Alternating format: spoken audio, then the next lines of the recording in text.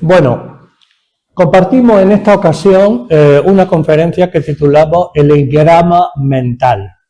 Lo primero que tendríamos que tener claro lo que es el concepto de engrama. ¿Qué sería un engrama? Un engrama es un pellizco, por decir así, que sucede en nuestro subconsciente, que afecta a nuestra mente y que de alguna manera también va a condicionar nuestros comportamientos y nuestra forma de emocionarnos y de sentirnos a nosotros mismos y en relación con la vida y con los demás. ¿Qué diferencia hay entre un engrama y un trauma? La diferencia es que el trauma genera una herida profunda, abierta, que no se ha solucionado y que va a establecer dolor, enfermedad y unas condiciones todavía más profundas anímicamente que hay que tirar del hilo en función de cómo sucedió y por qué sucedió. El engrama es un impacto, sí, igual que un trauma, pero se establece desde un punto de vista más superficial que el trauma. El trauma es una condición mucho más profunda que el engrama. Entonces, darnos cuenta de esos engramas que psicológicamente nosotros patrocinamos y hemos elaborado en nuestra mente, a mí me parece muy importante. El engrama yo diría que tendría que ver más con el inconsciente, mientras que el trauma tendría más que ver con el subconsciente. El subconsciente es el vehículo del alma humana. El subconsciente tiene que ver con el campo astral. Por lo tanto, el trauma está más interiorizado dentro de nosotros. Y el inconsciente tiene que ver más bien con la dimensión de nuestro comportamiento y del yo personal. Por lo tanto, los engramas afectan muy mucho al yo personal, afectan muy mucho a la personalidad. Y nosotros nos expresamos, funcionamos en la vida muy en función de esas condiciones y de esas carencias que arrastramos desde el pasado.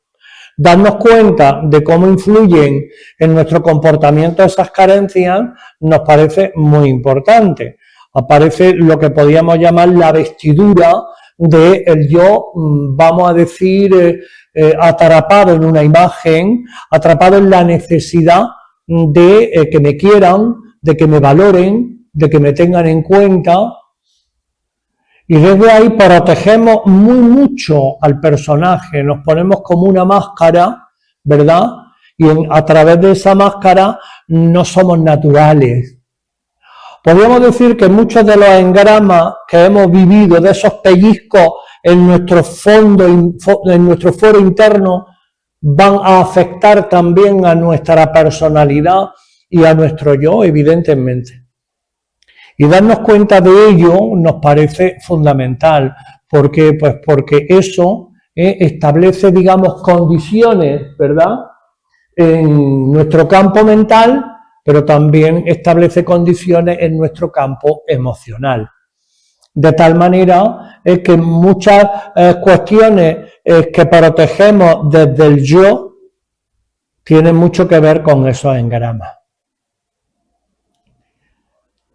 La persona normalmente se molesta, reacciona, se identifica con cuestiones que pasan a su alrededor y esa afectación muchas veces tienen que ver con esos pellizcos que nosotros de alguna manera hemos vivido anteriormente en nuestro pasado.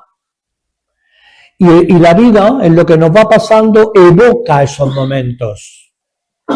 Aunque no desde un punto de vista de la memoria, pero sí evoca esos momentos desde el punto de vista subconsciente. Me pasó algo ahí, ese pellizco está ahí vivo y cuando pasa algo, sucede algo en mis relaciones con el mundo y con los demás, aparece ese semáforo rojo, se enciende el engrama.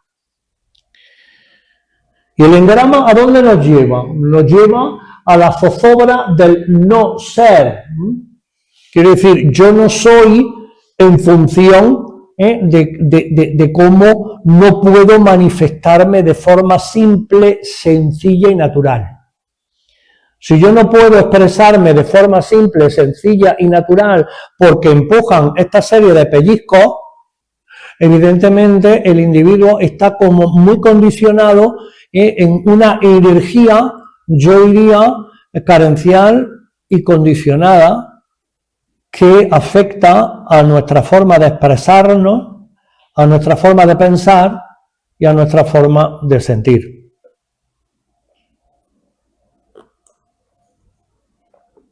Bueno, esto le pasa a la humanidad.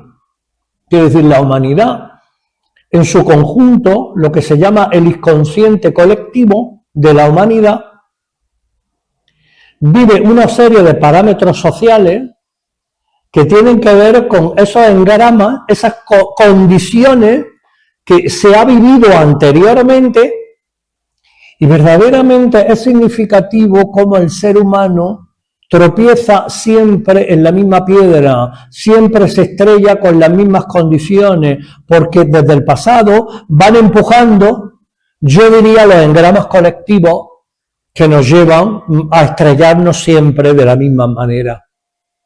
Y esos engramas se establecen desde dos balances muy interesantes de observar. Pues yo diría, la condición de las personas que tienen que defenderse y protegerse, inhibirse desde lo que podríamos llamar la indefensión, no soy, no puedo, no tengo, me sobrepasan las situaciones, no tengo respuestas claras ante la vida y ante los demás, entonces ahí hay un aspecto de inhibición. Pero luego está la otra parte yo diría prepotente, posesiva, donde pues la persona desde sus carencias es acaparadora y egocéntrica, ¿no?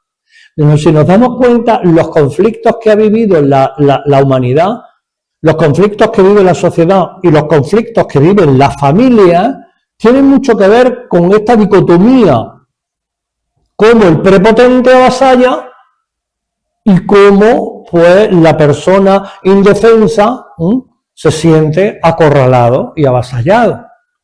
Eso le pasa a las personas, sí, pero también le pasa a los pueblos, también le pasa a las familias, le pasa a las condiciones sociales del mundo. Por lo tanto, vivimos una humanidad, yo diría, que está herida y está dolida porque arrastramos desde el pasado muchos engramas de dolor y de condiciones. Si hablamos de las enfermedades, pues observemos, digamos, cómo el balance de las distintas enfermedades que ha pasado la humanidad han afectado también a las caracterologías concretas de los individuos. Y las enfermedades también mutan, van cambiando, ¿no? Van cambiando. Ya sabemos que hubo la peste, que hubo el cólera, pero ahora viene el SIDA, ¿no? ¿En qué medida? O viene otro tipo de enfermedades, como los cánceres, se están de alguna manera generando enfermedades invasivas y autodestructivas. Ahora las enfermedades son más autodestructivas y hay enfermedades autoinmunes que se retroalimentan ellas mismas dentro de nosotros. Claro, las enfermedades también van sucediendo según cómo la sociedad y el mundo va evolucionando o va cambiando. Y hoy en día yo diría que estamos congestionados por una energía más de máscara, más de sombra, más de personaje, más de evitar que se sepa, más de hipocresía. Porque la máscara y la propia imagen hoy en día pues se hace muy poderosa en el ser humano y genera mucha indefensión, mucha debilidad y mucha falta, yo diría, de presencia. Por lo tanto, estamos perdiendo naturalidad, estamos perdiendo sencillez, estamos perdiendo lo que se llama la inmanencia con la naturaleza y con la vida. Y eso evidentemente condiciona a la sociedad que tenemos, condiciona a las familias, cómo se relacionan los miembros de la familia entre ellos, condiciona las relaciones de pareja, y eso lo observamos, los cambios sustanciales que se han dado en ese sentido, la relación de los padres con los hijos, y todo viene de pellizcos, de engramas, que generan más engramas.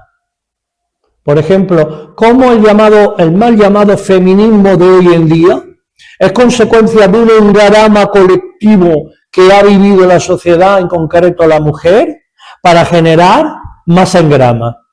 O sea, el ser humano no deriva hacia procesos de solución. Muchas veces los dolores y la enfermedad derivan hacia otro tipo de dolores o otras formas de enfermedad. ¿Por qué? Porque no los mueve la conciencia o no los mueve la capacidad de liberarnos o de limpiarnos realmente de la condición. Manifestar la condición, protestar sobre la condición, quejarnos en relación a lo que nos pasa o a la condición o a lo que vivieron nuestros abuelos o lo que vivieron nuestros padres, eso no cura. Eso simplemente pues establece dolor sobre dolor. Y lo que hace la sociedad muchas veces es eso, es establecer dolor sobre dolor, capas de dolor sobre capas de dolor. Y estamos como constantemente sembrando lo que yo llamo el campo del dolor. De otra manera, sí, en otra sociedad de consumo diferente, sí, con unos patrones sociológicos distintos, sí, pero el dolor profundo, las condiciones profundas y carenciales del ser humano no cambian, no se solucionan. Los factores de conciencia no se dan desde un punto de vista, yo diría, revolucionario y claro para liberarnos de todo lo que arrastramos del pasado. No terminan de darse. ¿Por qué? Pues porque estamos todavía muy en mantilla desde el punto de vista de esa afectación y de esa condición del yo personal. Aquí pues se perpetúa lo que podríamos llamar la postura del personaje, y esto es una cuestión a considerar. ¿Cómo cada uno de nosotros, verdad, protegemos y defendemos nuestro personaje? ¿Cuál es la postura personal frente a los demás y frente a la vida? Esto me parece interesante que lo atendamos y que lo comprendamos. Protejo mi propia imagen. Tengo que dar crédito ante los demás de mis ideas y de mis consideraciones, muchas veces de una manera, yo diría, contundente, que se sepa quién soy, mis cualidades, mis atributos, lo buena persona que soy. Bueno, esa necesidad de proteger a mi yo, esa necesidad de vender a mi yo, esa necesidad de que me quieran, de que me tengan en cuenta. Entonces aparece la máscara, y muchas veces esa máscara personal tiene mucho que ver con engramas que vienen del pasado. Tiramos del hilo. El buen psicólogo lo que hace es tirar del hilo para observar los engramas, traumas y engramas que la persona ha ido arrastrando, sobre todo en los primeros septenarios de vida. Crecemos de 7 en 7 años y los primeros 7 años septenarios, los primeros septenarios de vida condicionan muy mucho la personalidad. Y tenemos trauma, pero también engramas en momentos concretos, porque mi padre me dijo esto en un momento determinado, porque mi madre no me quiso o sentí que no me apoyó en un momento determinado, porque me expulsaron del colegio, porque no he tenido el trabajo que yo quisiera, porque entonces van apareciendo escollos que no terminamos de resolver, no terminan de ser traumas profundos, pero esos escollos van con nosotros, se manifiestan con nosotros. ¿Qué pasa? Que cuando la vida nos evoca o nos propone algo que en el subconsciente resuena en función de cómo se manifestó el engrama, aparece una alerta. Miedo, peligro, condición. Tengo que protegerme, tengo que defenderme o tengo que reaccionar a la contra. Porque la indefensión se establece de dos balances. Protegiéndote o atacando. A veces atacan sin palabras, puede atacar con la ironía, puede atacar con un gesto, puede atacar con un desprecio. Obviamente, obviamente.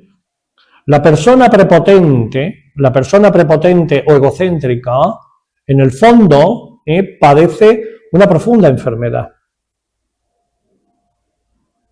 Y habría que tirar del hilo. Hoy vemos en la política, o vemos personas prepotentes que se creen los dueños del mundo, vete tú a saber, ¿no? No quiero poner tal. Pero detrás de eso hay una patología profunda. Y esas patologías profundas tienen que ver con engramas concretos adquiridos que se han establecido cuando esa persona era joven.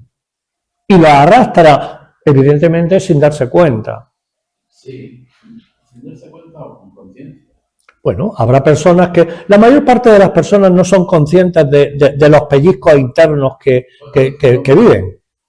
De eso no, pero que actúan con conciencia. Bueno, claro, ellos creen que están en posesión de la verdad, o ellos creen que se defienden y creen que los demás son los culpables. Claro, el ser humano común y corriente, ¿verdad?, echa balones fuera, ¿no? Todo el mundo es culpable de lo que a mí me pasa. Los demás son los que están engañados. Yo soy el que estoy en posesión de la verdad. Pero esa prepotencia, ese gesto prepotente, tiene que ver con una falta, digamos, de equilibrio y de estabilidad personal. Y muchas veces, evidentemente, sucede por defensión, porque tengo que defenderme de lo que supuestamente a mí me ha agredido como niño o niña, o a mí me ha agredido como adolescente. Y muchas veces, ¿verdad?, no nos damos cuenta de eso. Pero claro, ¿qué hace el psicólogo? El psicólogo tira del hilo, bueno, digo el psicólogo que se precie, ¿no?, que sepa hacerlo, tira del hilo para observar cómo se han manifestado esos traumas, esas heridas abiertas y esos engramas o esos pellizcos que están ahí vivos y que se repiten, porque una de las características fundamentales de los engramas es la recurrencia. ¿Qué quiere decir? Que se repiten, se repiten, se repiten. En los gestos, en las palabras, en las muletillas. Si observamos en una conversación, ¿verdad? Y como en una conversación de personas, nos vamos al bar a tomar algo y tal, y vemos en una conversación de personas, si nos damos cuenta y observamos cómo las personas manifiestan engramas constantemente en la conversación. Porque le interesa hablar de algo concreto, ¿no? Y llevan la conversación a su terreno, a lo que le interesa a su yo, hablar, defender, proteger, o también acusar, también juzgar, también culpar. Bueno, hay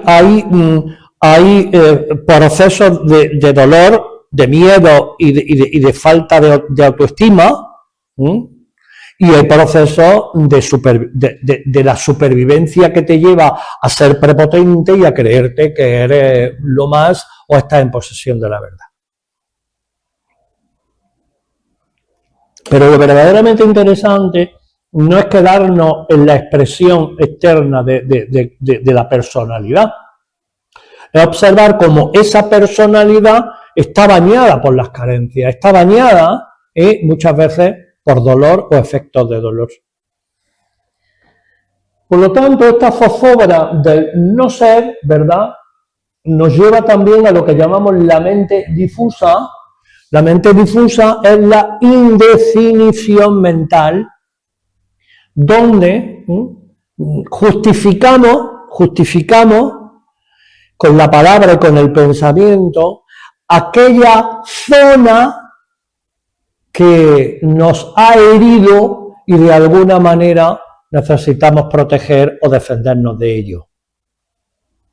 Entonces aparece en el ser humano personas que son inteligentes o pueden ser inteligentes, y no por ser inteligentes tienen una mente clara y concreta. La mente nos lleva a la difusión. Difusión quiere decir que ahora digo esto, luego digo lo otro, luego hablo acá, en una conversación me voy de acá para allá, hago mis pensamientos erráticos, y mi forma de hablar también es difusa y errática. ¿Qué está pasando? Porque no tengo claridad mental. ¿Por qué yo no tengo claridad mental? Porque no estoy educado en eso. Estoy educado para proteger al yo. Cuando una persona está educada para proteger al yo, solo se defiende, reacciona. Y el ego se mueve a través de la reacción. Amor propio, orgullo, soberbia, miedo, rabia.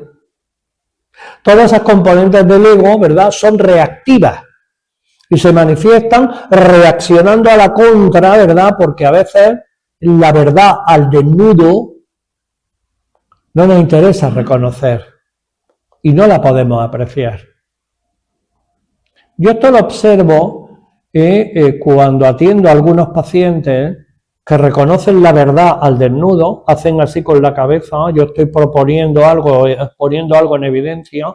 Recuerdo un caso concreto que de no hace mucho, de una mujer que dice, yo a mi pareja ya no lo quiero, no tenemos nada en común, me parece una persona manipuladora, tal. O sea, ella misma reconoce una serie de cuestiones y de condiciones, sin embargo, no decide dejarlo.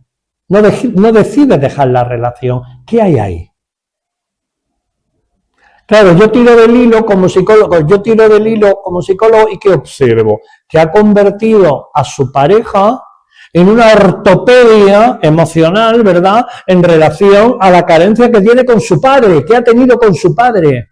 Y esa carencia paterna la proyecta en su pareja, ¿verdad?, de tal manera que se agarra a ello y no es capaz de soltar. Ahí está el engrama.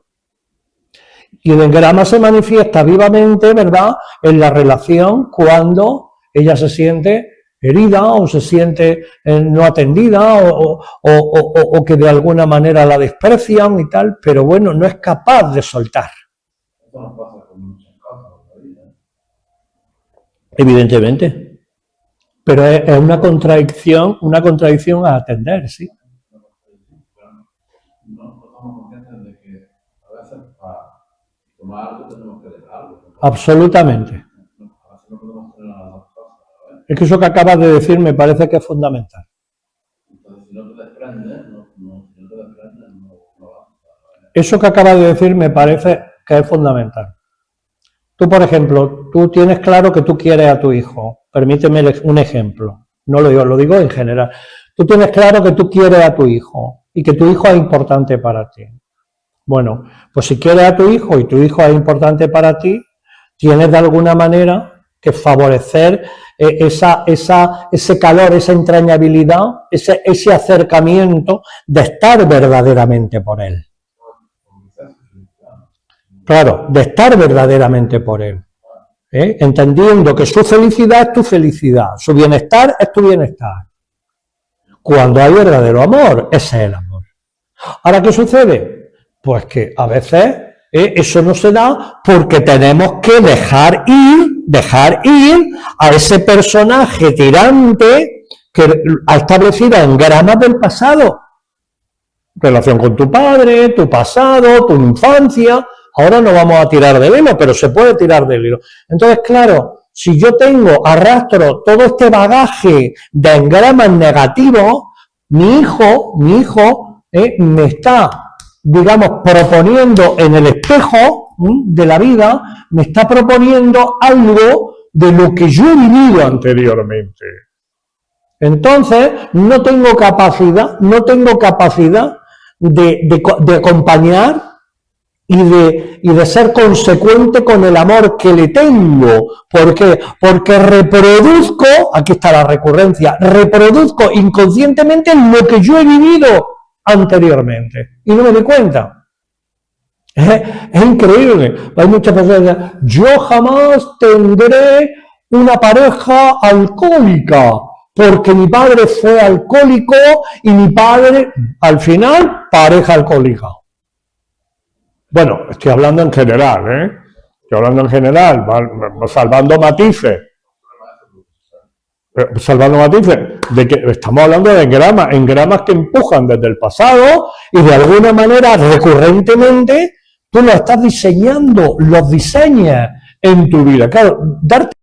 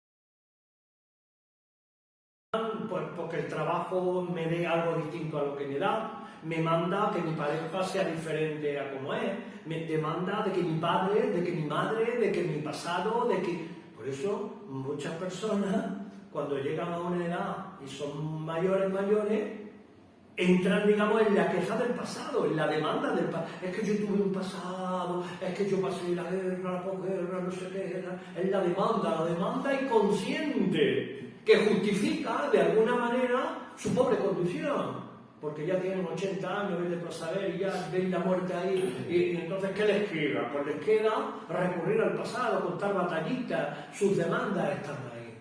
Por lo tanto, no hacen su vida rica en sensaciones. La vida rica en sensaciones no depende de la edad que tengas, ni del proceso por donde vives. Depende de tu cultivo interior y de tu capacidad para hacerte amigo de la vida, integrar la realidad tal y como es, e integrar a los demás tal y como son. El otro día una madre me decía, es que mi niño de 8 años, pues se ha peleado con otro niño porque lo ha insultado y se han peleado y le ha dicho, pues vete, ya no te quiero como amigo y tal. Y digo, bueno, pues mira, si nosotros estamos educando a los... Es que el otro le insultó y le dijo y tal. Digo, mira, si tú quieres educar a tu hijo adecuadamente, tú dile a tu hijo algo importante. Mira, tú tienes que aprender, cuando te relaciones con personas o con chicos o con alguien que tienen una actitud negativa, que no son personas que te llegan bien, ¿no? Tú tienes que aprender a ponerte un impermeable energético, como si tuvieras un impermeable que te protege y te resbalan las tonterías de los demás.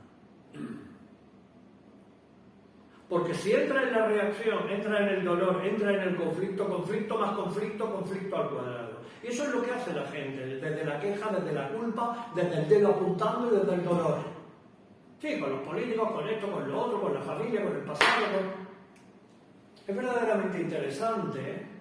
Muchas personas critican, yo lo observo, critican a la política, están atrapados en una crítica política y social, critican una crítica política y social, y no se dan cuenta que en su subconsciente, eso que están haciendo ahí, permanentemente, tiene que ver con la indefensión que vivieron cuando eran adolescentes. Y lo están proyectando, esos engramas que vivieron cuando ahora lo están proyectando en la política porque les queda eso, como lo ven en la caja tonta constantemente, se identifican ahí con eso, eso agarradera para quejarse, para protestar, en la bandera, la pancarta. Pero detrás de eso hay engramas profundos a tener en cuenta o a tirar del hilo. Y no pueden ser felices, no pueden fluir adecuadamente porque alimentan sin darse cuenta lo que yo llamo el campo del dolor.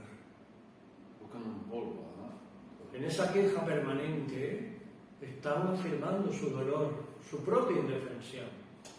Por lo tanto, ¿verdad? Esa demanda inconsciente es importante de entender. Luego, ¿cómo compensamos, verdad? Pretendemos compensar nuestra indefensión de la forma más burda que hay, que es la materia. Comprando cosas, conquistando cosas, teniendo cosas, vistiéndonos con vestidos, con tal ornamento, el oro, lo otro. O sea, cómo los engramas de alguna manera que vive la gente del pasado terminan proyectándose en estas consideraciones, vamos a decir, de uso material. Hay un ejemplo que a mí me parece muy interesante y es el engrama colectivo que ha vivido el pueblo gitano durante cientos y cientos de años para volcarse en el oro. Por eso ve a todos los gitanos con el oro. ¿Por qué? Claro, mucha gente esto no lo identifica, ¿no?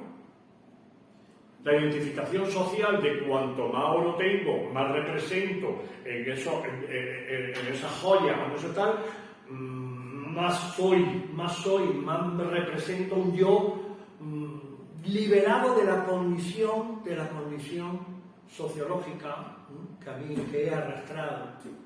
Como por eso los nuevos ricos, ¿verdad? Pues ¿hacia dónde van los nuevos ricos? A lo fantástico. Lo que pasa también es que, bueno, ya hay gente que también acumula cosas. Obviamente, porque son las compensaciones que las personas normales y corrientes hacen. Pero ¿sabéis lo que pasa? Que las personas corrientes y molientes compensan en la materia, en lo que tienen, en lo que conquistan con los dineros, en la casa, en el disfrutar, las cosas de la materia, que eso no es que esté mal ni que esté bien, por favor. No, lo que pasa que si tú compensas demasiado en la materia y no tienes la capacidad cultural y sensible de compensar anímicamente y emocionalmente, estás perdido.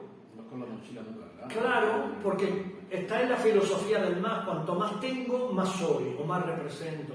Y esto tiene mucho que ver con engramas de indefensión. Por ejemplo, es notable, por ejemplo, en la familia, en la que está en el medio, cuando hay en los hijos, ¿no? El primogénito tiene una energía concreta, característica, luego el que está en medio y luego el benjamín y tal, o sea, como según dónde está, en los patrones sociológicos y familiares, así se establecen los engramas. Cambia la personalidad. Total, así se establecen los engramas. Como los hijos pequeños, su engrama puede tener mucho que ver con el mayor o con el que de alguna manera va por delante, ¿no?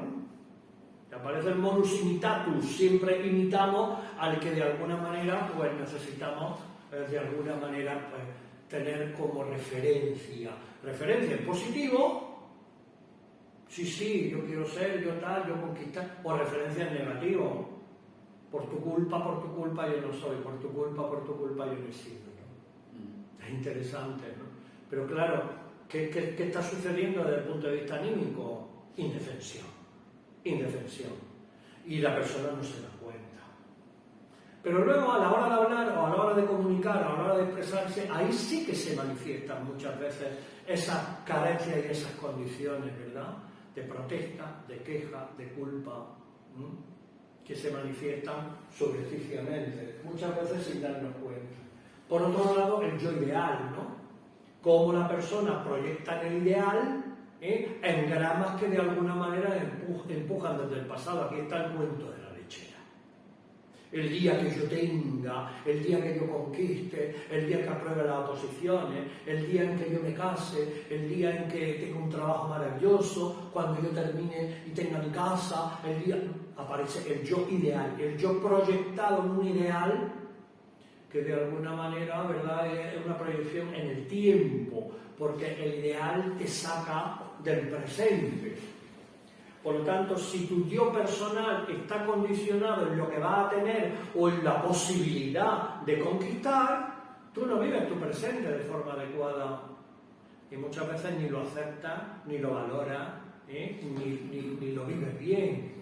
Estamos esperando el futuro. Estamos esperando que el futuro te compense y te rellene, ¿verdad?, tus huecos insatisfechos. Eso lo llamamos el yo ideal, el yo proyectado en el ideal. Y esto se patrocina mucho en la educación hoy en día, en los niños. Yo ideal, el día en que yo sea un maravilloso ingeniero, un maravilloso médico, un maravilloso... El yo imagen, yo ideal, yo tengo que ser el adalid, el héroe. Vivimos en una sociedad mitológica.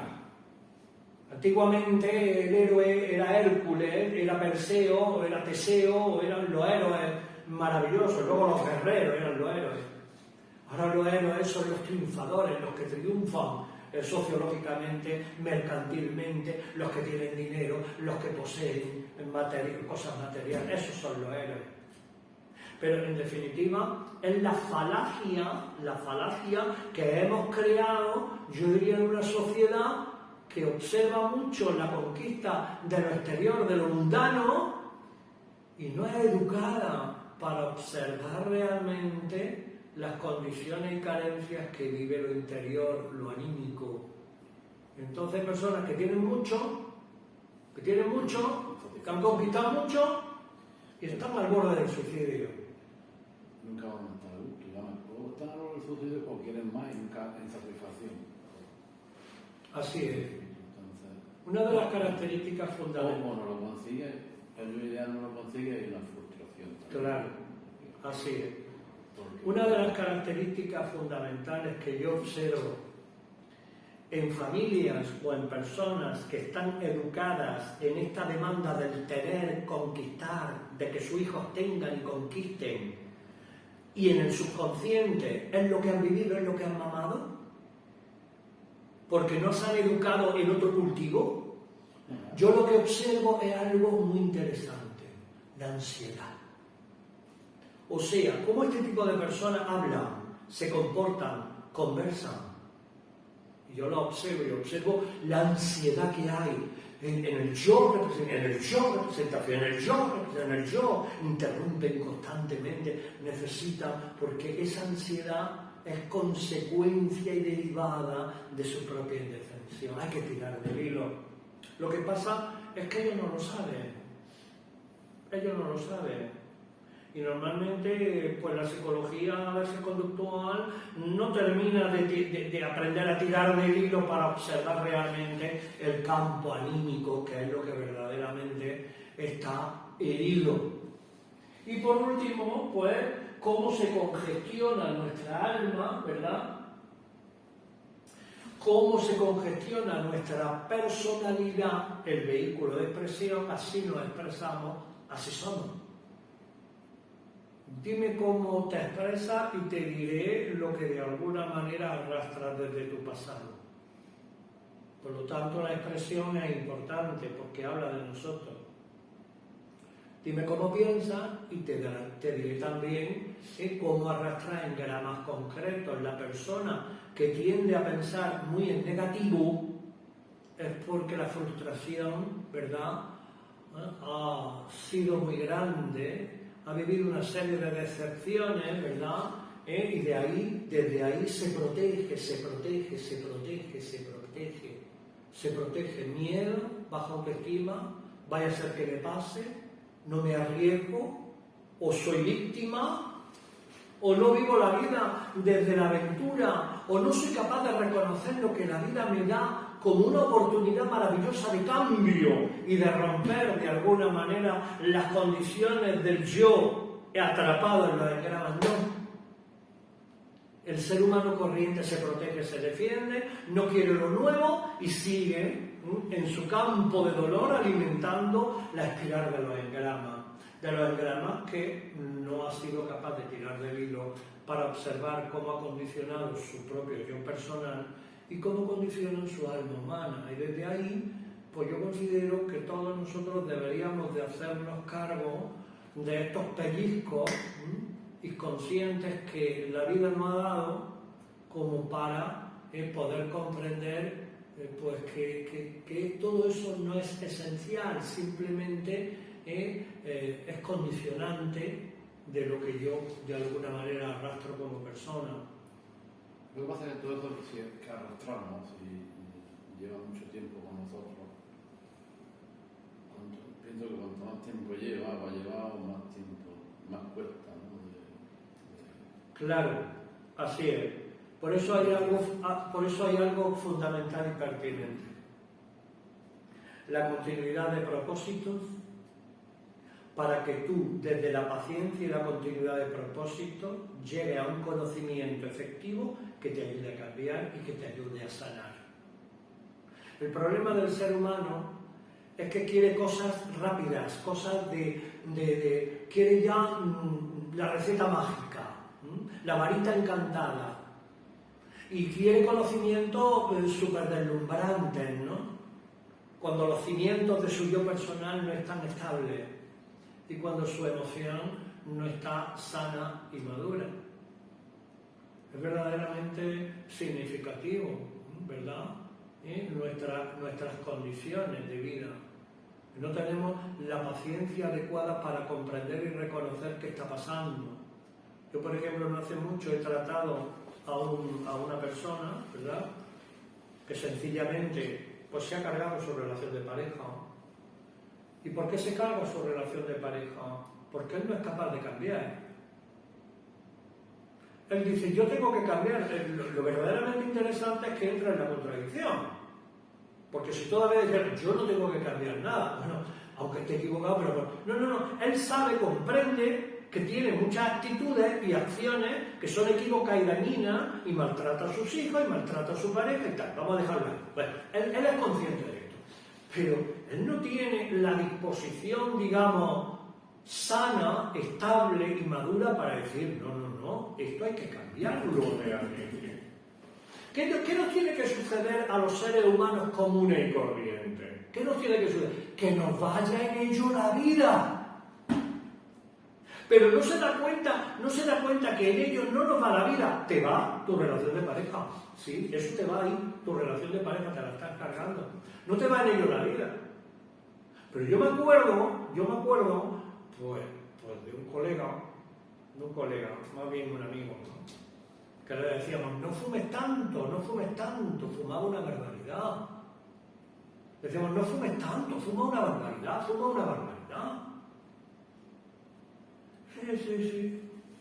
Pero cuando ya tuvo un cáncer de garganta, murió de un cáncer de garganta, cuando ya tenía un cáncer de garganta, me miraba desesperado y me decía, si yo no hubiera fumado tanto, ahora me voy.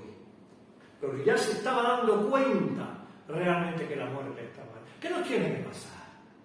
A veces que no vaya. ¿Qué nos tiene que pasar para liberarnos de esos esquemas y de esos engramas? ¿Por qué fumas? En definitiva, tira del hilo. ¿Por qué fumas tanto? Hay engramas. Es que yo lo tengo analizado. Una persona que fuma tanto está compensando en esa ortopedia, que es el tabaco, otras cosas, como el alcohol. Pero no lo dan cuenta. Y no disfrutan del cigarro tampoco. Ya. En fin, a mí lo que me importa, porque claro, yo estoy poniendo ejemplos, pero en esta conferencia lo que importa es que cada uno se haga cargo realmente de sus propios engramas y sus propios pellizcos internos que le llevan mecánicamente a reaccionar, mecánicamente a ser seres compulsivos, mecánicamente a repetir siempre, como una marioneta, los mismos esquemas y los mismos esquejes de un yo falseado, pero eso sí, a veces demasiado pobre y demasiado carente, demasiado limpio, demasiado transparente. Y este tipo, digamos, de condiciones, pues son enfermedad. Vale.